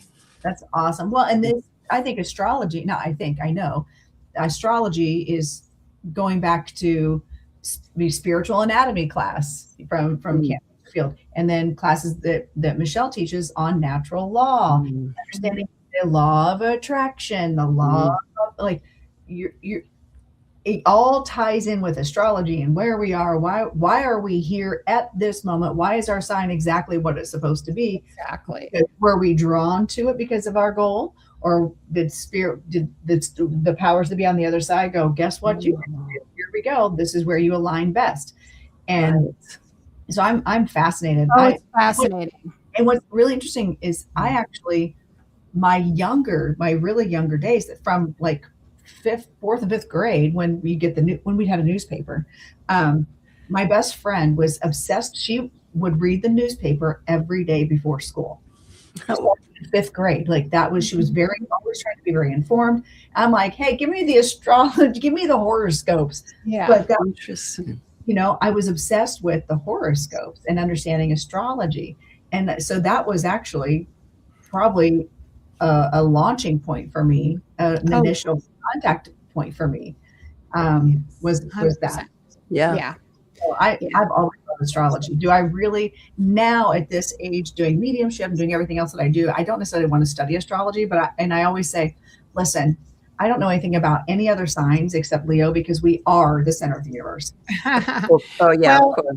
when we go into it, the fascinating thing, talking about our soul blueprint and how, again, the details so much about house placements, the angles, these things are so literally mathematically based about possibly what you'll be struggling with into early life, past lives, where you're ascending to, where you're moving towards at a later part in your life, things that are more that are more under the surface, things that are more it is endless possibilities. And that's why it really takes quite a while to even have an understanding of it. And that's why people study it for such a long time, because it's,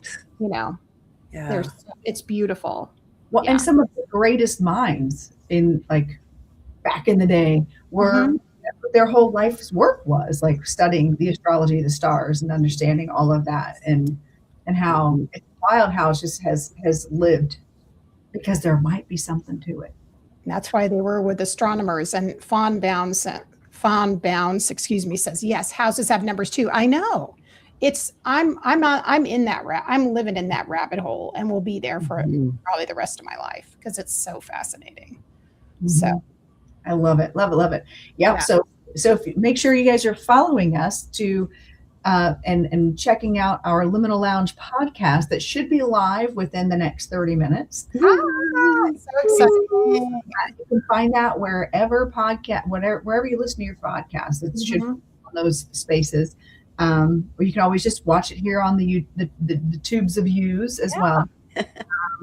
And we're going to be talking about all that stuff going forward. I'm so excited for this project, and this new thing, this new trajectory this path that we're taking. And really, you see, even just talking about astrology, how the three of us had very different, unique perspectives, but still something very common with it. And that's what I love about our podcast. Yeah. The ones that we've recorded so far is that just this is what you're getting. What you're listening to right now is what you're getting in a podcast. Yep. And I just love it. I love our synergy with it. I love same synchronicities, and can't wait for everybody to listen and tell us what you think. So make sure you're getting notifications, because we're going to be releasing 2 a month. We're releasing one today, and then the next one should come out actually fairly soon. Yes, fairly soon. Yeah, it'll be within the week. Working through the technology. A lot of tech to set it up back end, but it'll be spicy. It'll be spicy. Exciting. So make sure you at least listen to the first one and get to know us a little better, and tell us what you think. Make sure you're commenting in whatever you're listening to, wherever you're coming from. Let us know what you're listening to, or where you're listening from. So make sure to comment, engage with those, share it with your friends if you feel like, hey, you know what? This seems like a thing that I think so-and-so would like. So make sure you're sharing, getting the word out. And I feel like we have a lot to bring. We have a lot to bring to the table. We're not trying I'm saying that in a humble way, by the way. Yeah. You should listen to us. We are the authorities. But I do feel like we have a lot to share that's valuable. And if you're meant to be part of that journey, we'd love to have you on that, Join us. I can't wait. I can't wait to see how this goes and get the feedback. The three of us, I will say, the three of us thrive on feedback. Mm-hmm. Yeah. We really do. So if it sucks and you're like, listen, you people are awful, then we want to know that too. Yeah, not in alignment with that, but it was an interesting topic. Not sure about that guest, but I'm so glad I listened. Peace and harmony. Yeah. But, I mean, the idea is, we might have guests on, as long as our biggest thing is ethics, right? That we might have guests on that we have, maybe don't see things the same way. But the idea is that even in that conversation, there'll be a healthy, challenged discord of conversation. I don't think it'll be that out of alignment, but still, you never know. Yeah. But isn't that what makes, do we want to agree with everybody that comes on the podcast or see things exactly as they do? I think it'll be interesting to, and we're going to be exploring probably people that are specific in certain parts of, metaphysics or spirituality that none of us have any experience with, which is kind of exciting. Yeah. It is exciting because then I feel like that also is in alignment with the three of us are such learners. And I tell Dr. Mike all the time, I'll step into these spaces. You want me to add one more thing to my plate? That's really what you have. I better be learning something out of it. Yeah. Positive, not look, you took on too much, take a nap kind of way. I need bring an experience that even in teaching my classes, my development classes, I'm like, fine, I'll teach them, but I want to be a student too. Right. Yeah. In those moments too, not just the authority or the teacher. Yes. I like it when I'm in a space where I'm not an authority on something, and I want to remain curious. And that's what I love about the three of us is we are always curious. Yes. We want to know what we don't know. Yeah. I think that also comes with going back to, yes, we're starting this journey. Maybe we started this journey later in life, but that also means we are a lot more humble in how we learn things and how we came to the hard realization probably that we don't know what we don't know. Yeah. So true. So even interviewing guests, like I'm going to go back to my friend Daryl, who is like a world famous author, not in mediumship, right? Finance, and how that translated to him channeling information that he was getting visions and stuff like that, and became this authority and this number one in like New York, whatever, author. I want to bring him on because I don't know what the heck I'm gonna have to like research to figure out even what to ask. Yeah. I think the three of us are good about giving people that space of saying, I don't know what to even ask you. Talk. What do you bring in listening and learning and being learners in real time? I think that's something that we'll be doing our homework boning up. Yes. Yeah, that'll be fun. I know I'm excited to there's so many people I'm excited to talk to. I'm gonna keep my list in here and share it with the girls just to let you know. But I've got already a list. It's like tick tick tick tick tick. You've got a Google Doc for that. Add it to the Google Doc. I'm like, oh my God, I just Yeah. So what kind of topics would you all like to, as we start planning out our future podcast, what kind of topics would you guys want to hear on the Liminal Lounge? What would you like to see us talk about? We love a good rabbit hole. We do. We sure do. Love a good rabbit hole. What kind of things would you guys like to see or hear about, or what would interest you that would catch your ear and want to listen to a podcast? I'd love to hear your thoughts. We're all like, and we're waiting. In the chat. I know, like we're waiting for the response. Yeah. Yeah. I definitely love working with the three of us, but the two of you, because I feel like when we explore a topic, it's okay to have three different perspectives on it, and we listen to each other open-mindedly, and we're constantly. I don't know. I feel like what I believe right now in this moment, after I talk to the two of you, it sometimes evolves, it changes, because I get these new ideas. Yeah. Aspiring Stories of Connection, NDE. We're definitely going to do NDE. We've been getting that one. That is absolutely going to be part of it. And I actually have a good potential guest for that too. Good. Sweet. And then Tina Terry says, all of it. Yeah.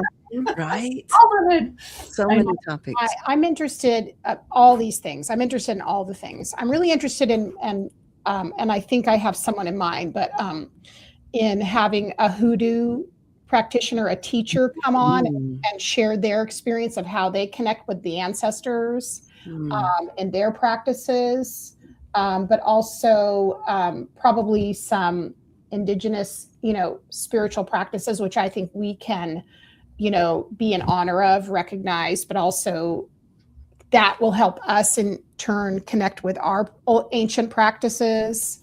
Those are some top of mind things besides all the things we're talking about. Yeah. So those are some things that are exciting.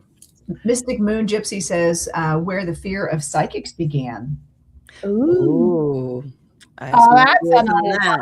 Mm-hmm. Okay. And then telepathy. That's a good one. Telepathy's a great one. Mm-hmm. Yeah. Ooh, like the telepathy tapes. Mm-hmm. Yes. Yes. You listen to those yet? I haven't. I loaded them finally, and I was going on the plane, but then I slept. So, Oh my God. Good stuff. I do have them saved. So I'm going to have to dive into those. At this point. Then we need to go to the snug and talk about them. Ooh, honey. Yes. We love the I snug. have to We make love Snug the is snug. awesome. We need to get Carey. You've got to come to Indiana. I know it's not exciting, but the snug No, is it's worth exciting because you guys are there. it. Well, okay. Thank you. Yes. We'll go Of to the course. snug. Faces of the Moon meaning. Ooh, that's That's really fascinating. Yeah, we got a lot of astrologers on I got a few. There's so many good astrologers, and I have a few that I've been learning a lot from who are YouTube based and very knowledgeable, I'm hoping. Yeah. And also I want to definitely interview a knowledgeable evolutionary astrologer who works specifically with like North Node, South Node, the evolution of a soul from past life to future life, because past life to current life evolution and how that affects us. I mean, All that stuff. It's endless. I know. We'll be doing this for the rest of our lives because there's so many topics. never a dull moment. Yeah. I want to dive into, and it's going to be more of just a conversation of theories, probably, because there's, and I don't know, I think we could do some research on this, like multidimensional, like, is it past life or is it current life that all at once? What are our theories on how that works? And is it a higher soul? And all the things that Dolores talked about and stuff like that. I would love to delve more into that, especially doing past life regression. Yes. And some of the things that have come to light through my own regressions and the information that's come out, asking the higher self how things work. And I think that would be a really great topic. Alicia brings one up too, navigating a dark night of the soul, emerging from the ashes. I think that's really good. that's very relevant, especially doing personal spiritual journeys. And how do we become better, the best version of ourselves? Sometimes it means we have to go walk through some darkness before we can see that light and Healing. Healing, right. And how we, instead of shaming and blaming and being upset with ourselves, how do we move into a space of, whew, look what I just came through. How do I now embrace that and be a light for others as well as myself? Everything is about from what the Akashic records. Oh, we got to do a whole thing on Akashic records. Oh, and many more. Yes. Oh, I love the Akashic records. Sometimes in my development class, Dr. Mike will take us on it's so funny what he does with us. And for those of you who don't know, Dr. Mike is my teacher guide, my philosopher, and he'll just kind of take over and he'll put us all, our soul, our spirit, on a bus, and we literally go on a field trip.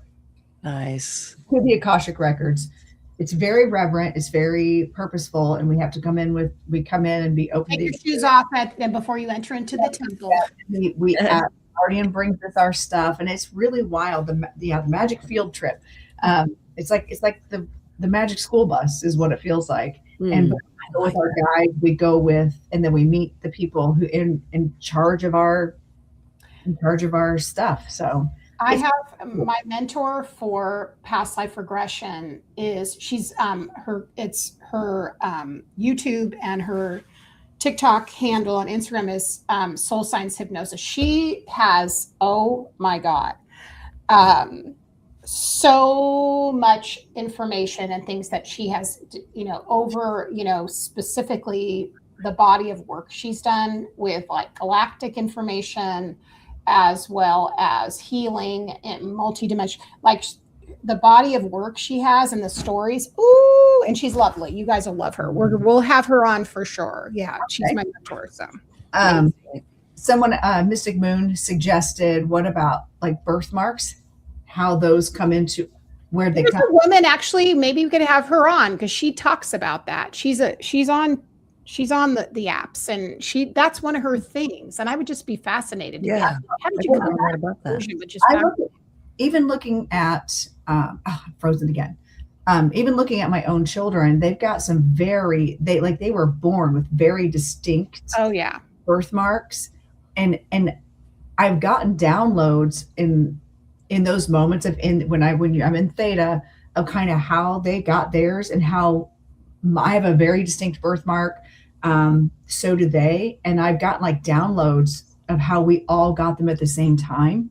Ooh. It explains the fears and like my husband's reaction to things that make absolutely no sense. My son's obsession with certain things that made no sense based on current life, but how all that plays in. There is absolutely something to that. And I think it's definitely worth an exploration. Yeah. There's also the physical aspect of things that come through, which is a whole nother topic of physical things based on past life experiences. Yes. We could go on about that. And also templates that come through in energetic patterns connected to ancestry. I mean, it goes on. It goes on. Endless. And then, alien genetics. Listen, I got my galactic people that I would bring on and be good about. And Myra is at the top of that. You guys will love her. She's in California. Oh my gosh. She does the stuff has. I'm like, girl, you are working on it. I love it. Yeah. So the topics are endless. It's just, it's just a matter of, we're going to have to kind of hone in and Dr. Mike and Fielding and yes. Michelle, who's your teacher? Who's your teacher guide? Dr. Meeks. So Dr. Meeks, Dr. Mike. Oh, that's going to be super easy. Yes. Meeks and Mike. Mike and Meeks. Fielding is Mike and Fielding. We got this. Getting us organized and all this, because we have so many amazing ideas, and I cannot wait to we'll scaffold it out, believe us. Yeah, it'll be great. Exactly. I have so many good ideas, and this should carry a podcast for a long time. That's our hope. I mean, there's so much to cover.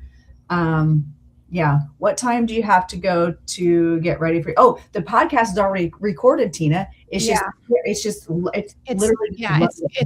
timed in 10 minutes. So as soon as we get off here, you can have a listen. As soon as we're done. And is there a way, Carey, that we can put the link go ahead. Okay, just put the link in, That's what I was just thinking. I'm still getting used to. I want to make sure. Hang on a second. If I get the link, I'm not like disconnecting from this conversation or anything. Hang on, let me see what I can do. We can bring you back. It's fine. Hang on just a second. Let me find the link. It should be easy, shouldn't it?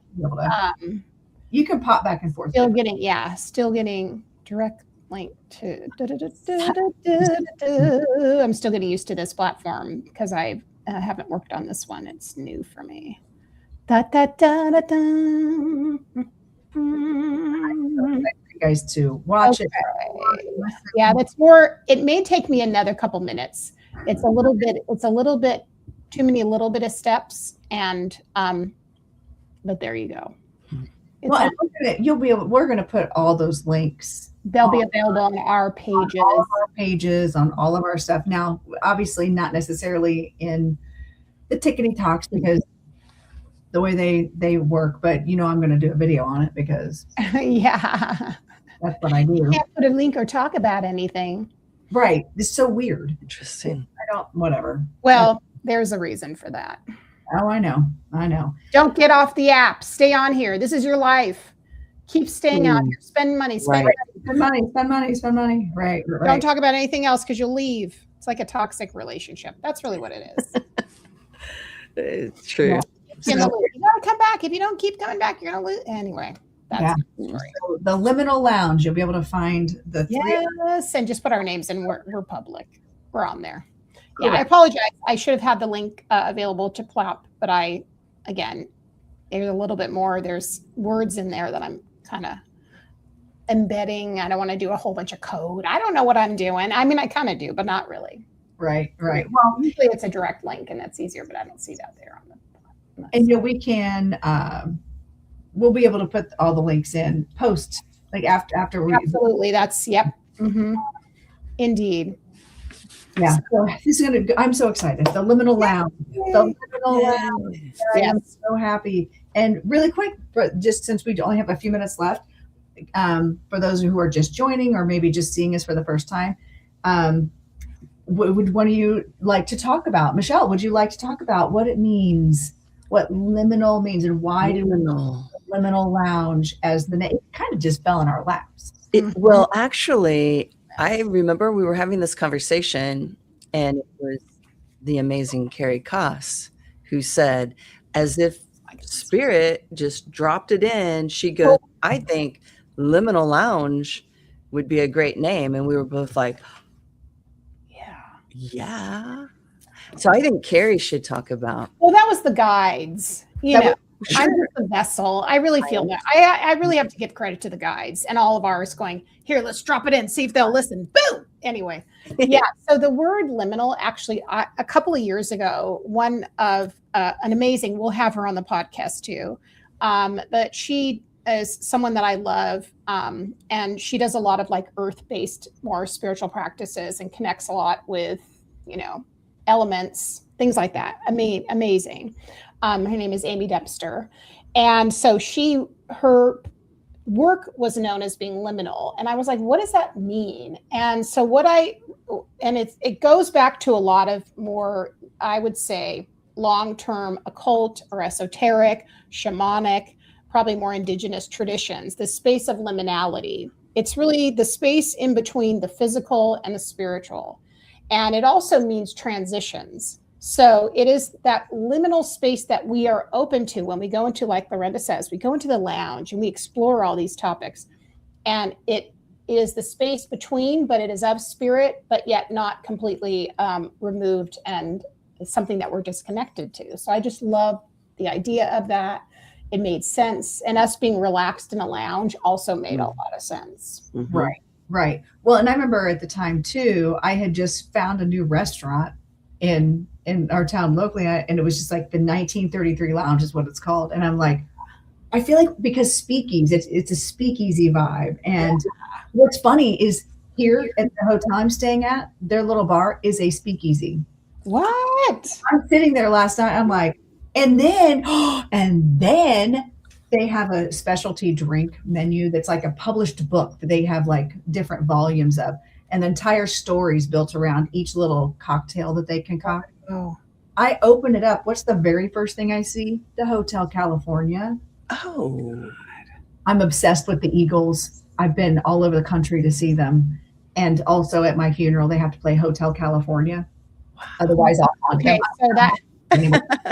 But to me, sitting in this speakeasy that I didn't know was here, and then hearing someone else earlier in the conversation talking about a speakeasy that they own in another place, I'm like, oh, this is kind of cool. All the synchronicities, Right. The Spirit's allowing me to hear, because I was not part of that conversation. And somebody was like, oh, hey, let's go inside and we'll have a cocktail, a little nightcap, da, da, da, da. I walk in and there's a piano there. I'm like, and it's like your little confirmation. Speakeasy vibe. And that, I feel like that's kind of what inspired us, because in the 1930s, speakeasies were speakeasies. They were secret places. They were places that you went to talk about things or do things that drinking that not legal, or that were considered not to be okay, that were against society or the laws.